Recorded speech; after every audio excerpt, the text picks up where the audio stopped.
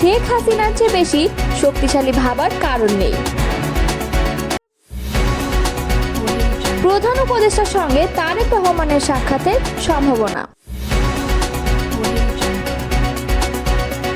অন্তর্বর্তী সরকার একটি দলের কথা শুনে পেন্ডুলামের মতো দুলছে, মনে করছেন রিজভী। চট্টগ্রাম বন্দর বিদেশিদের দেওয়ার এখতিয়ার অস্থায়ী অনির্বাচিত সরকারের নেই, মনে করছেন সালাউদ্দিন। এতক্ষণ শুনছিলেন সংবাদ শিরোনাম, এবারে বিস্তারিত।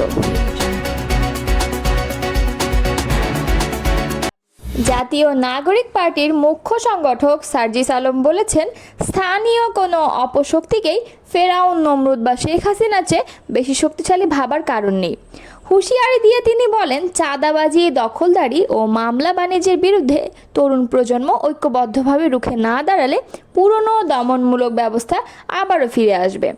সোমবার বিকালে Thakurgaon eco social development organisation মিলনায়তনে পাবলিক বিশ্ববিদ্যালয়ে অধ্যয়নরত শিক্ষার্থীদের সংগঠন ঠাকুরগাঁও চিরন্তন আয়োজিত এক সংবর্ধনা অনুষ্ঠানে তিনি এসব কথা বলেন। সার্জিস আলম বলেন, আপনাদের কাছে একটা আহ্বান, অনুগ্রহ করে কাউকে এত বড় মনে করবেন না, এত শক্তিশালী মনে করবেন না যে সে ফেরাউন বা নমরুদ বা হাসিনার চেয়ে এই মুহূর্তে আপনাদের ঠাকুরগাঁয় শক্তিশালী। যে কোনো অন্যায়, অপকর্ম এগুলো আমাদের সামনে নিয়ে আসতে হবে। সবার খারাপ আমলনামা মানুষের সামনে প্রকাশ্যে নিয়ে আসতে হবে। তিনি বলেন, আপনাদের ঠাকুরগাঁয়ের কথা কখনোই চিন্তা করেন। আপনাদের ঠাকুরগাঁয়ে এখনও চাঁদাবাজি হয়, দখলদারি হয়, ক্ষমতার অপব্যবহার হয়, ব্যাপক মাত্রায় মামলা বাণিজ্যও হয়। মামলা দেওয়ার আগে ফোন দিয়ে বলে যে নাম না দিতে চাইলে টাকা দেন, নাম দিয়ে দেওয়ার পরে বলে নাম কাটানোর জন্য টাকা দেন, এরপরে যখন নাম কাটানো হয় না তখন বলে যে জামিন নেওয়ার জন্য টাকা দেন। এই চিত্র সারা দেশেই। সো এই চক্রটা এই মুহূর্তে কিন্তু আওয়ামী লীগের কেউ করছে না, তাহলে কেউ না কেউ করছে। তিনি বা তারা শেখ হাসিনার চেয়ে এই মুহূর্তে বেশি শক্তিশালী নয়। ঠাকুরগাঁও চিরন্তনের সভাপতি সুজন আলীর সভাপতিত্বে এবং সাধারণ সম্পাদক জিহাদুজ্জামান জিসানের সঞ্চালনায় এই অনুষ্ঠানে উপস্থিত ছিলেন ইএসডিওর প্রতিষ্ঠাতা ও নির্বাহী পরিচালক ডক্টর মোহাম্মদ শহীদুজ্জামান, গণ অধিকার পরিষদের মুখপাত্র ফারুক হাসান। 4 দিনের সরকারি সফরে যুক্তরাজ্যের উদ্দেশ্যে ঢাকা ছেড়েছেন অন্তর্বর্তী সরকারের প্রধান উপদেষ্টা অধ্যাপক ডক্টর মোহাম্মদ ইউনূস। সোমবার সন্ধ্যা 7:30টায় প্রধান উপদেষ্টা ও তার সফর সঙ্গীদের বহনকারী এমিরেটস এয়ারলাইন্সের ফ্লাইটটি ঢাকার হজরত শাহজালাল আন্তর্জাতিক বিমানবন্দর ত্যাগ করে। প্রধান উপদেষ্টার প্রেস সচিব শফিকুল আলম এ তথ্য নিশ্চিত করেন। এই সফরে ডক্টর ইউনূসের সঙ্গে বিএনপির ভারপ্রাপ্ত চেয়ারম্যান তারেক রহমানের সাক্ষাতের সম্ভাবনা রয়েছে। যুক্তরাজ্য বিএনপির শীর্ষ নেতারা বিষয়টি নিশ্চিত করেছেন। তারা জানিয়েছেন, লন্ডনে আগামী 13 জুন সকালে ডক্টর মোহাম্মদ ইউনূসের সঙ্গে তারেক রহমানের সাক্ষাৎ হতে পারে। এর আগে গত 4 জুন ভারপ্রাপ্ত পররাষ্ট্র সচিব রুহুল আলম সিদ্দিক প্রধান উপদেষ্টার সফর সম্পর্কে এক সংবাদ সম্মেলনে জানিয়েছিলেন, প্রধান উপদেষ্টাকে রাজা তৃতীয় চার্লসের সঙ্গে সাক্ষাতের অনুমতি দেওয়া হবে এবং ব্রিটিশ প্রধানমন্ত্রী স্যার কিয়ার স্টারমারের সঙ্গে দ্বিপাক্ষিক বৈঠক অনুষ্ঠিত হবে। যুক্তরাজ্যের পররাষ্ট্রমন্ত্রী ডেভিড ল্যামি, অন্য সিনিয়র মন্ত্রী, রাজনৈতিক নেতা এবং ব্যবসায়িক সম্প্রদায়ের প্রভাবশালী ব্যক্তিত্বরা প্রধান উপদেষ্টার সঙ্গে সাক্ষাৎ করবেন বলে আশা করা হচ্ছে। বিশ্বব্যাপী গুরুত্বপূর্ণ অবদানের স্বীকৃতিস্বরূপ ডক্টর ইউনূসকে রাজা তৃতীয় চার্লস কিং চার্লস তৃতীয় হারমোনি অ্যাওয়ার্ড 2025-এর জন্য মনোনীত করেছেন। জনগণ এবং পরিবেশের মধ্যে শান্তি, স্থায়িত্ব এবং সম্প্রীতি প্রচারে তার আজীবন কাজের সম্মানার্থে তাকে এই পুরস্কারে ভূষিত করা হবে। 12 জুন লন্ডনের সেন্ট জেমস প্যালেসে এক আনুষ্ঠানিক অনুষ্ঠানে এই পুরস্কার প্রদান করা হবে। 1990 সালে প্রতিষ্ঠিত দ্য কিংস ফাউন্ডেশন তৎকালীন প্রিন্স অব ওয়েলসের প্রতিষ্ঠিত একটি যুক্তরাজ্য ভিত্তিক দাতব্য সংস্থা। প্রতি বছর টেকসই উন্নয়ন এবং মানবিক কারণে অনুকরণীয় সাফল্য অর্জনকারী ব্যক্তিদের এই মর্যাদাপূর্ণ পুরস্কার প্রদান করে ফাউন্ডেশনটি। প্রধান উপদেষ্টার সফরে বাংলাদেশের গণতান্ত্রিক উত্তরণে যুক্তরাজ্যের সমর্থনের বিষয়টি বিশেষভাবে গুরুত্ব পাবে। পাশাপাশি পাচার হওয়া অর্থ ফেরত আনার বিষয়টিতেও প্রাধান্য দেবে বাংলাদেশ। সফর শেষে আগামী 14 জুন প্রধান উপদেষ্টা দেশে ফিরবেন বলে আশা করা হচ্ছে।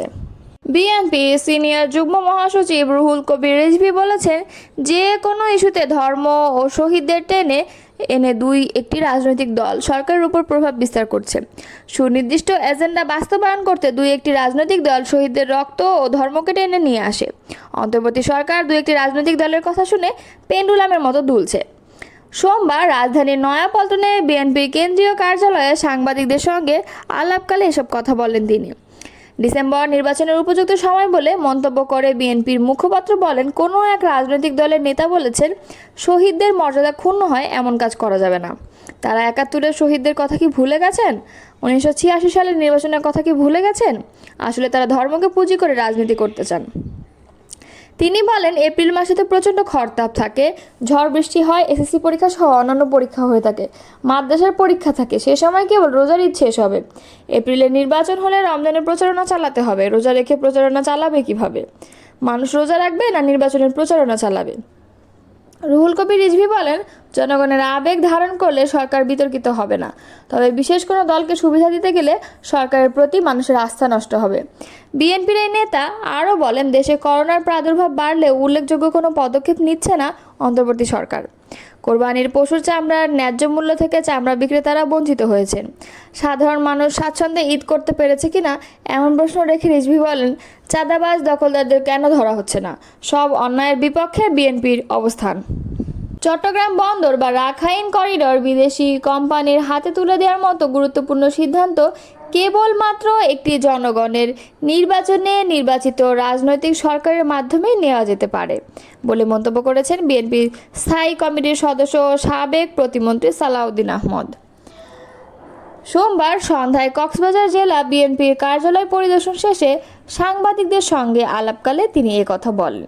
সালাউদ্দিন আহমদ স্পষ্ট ভাষায় বলেন, জাতীয় ঐক্যমতের ভিত্তিতে গঠিত একটি রাজনৈতিক সরকারই এই ধরনের রাষ্ট্রীয় গুরুত্বপূর্ণ সিদ্ধান্ত নিতে পারে।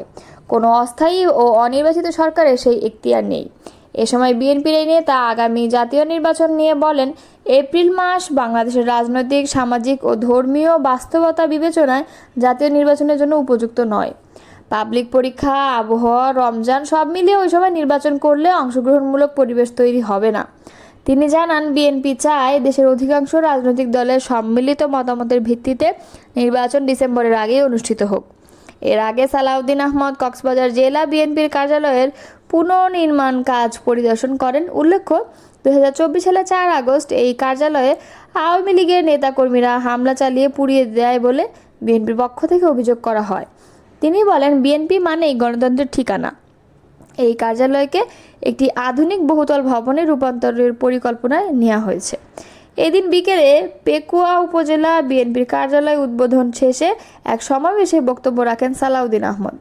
পরে তিনি ২০২৪ সালের জুলাই মাসে গণ অভ্যুত্থানে নিহত ছাত্রদল নেতা ওয়াসিমের কবর জিয়ারত করেন এবং ওয়াসিমের পরিবারের সঙ্গে সাক্ষাৎ করেন। তিনি বলেন, বিএনপি বিশ্বাস করে জনগণের ভোটের মাধ্যমে নির্বাচিত সরকারই দেশের ভবিষ্যৎ নির্ধারণ করবে। অস্থায়ী প্রশাসন জাতীয় সম্পদ নিয়ে বড় সিদ্ধান্ত নিলে তা জনগণের প্রতি অবিচার হবে।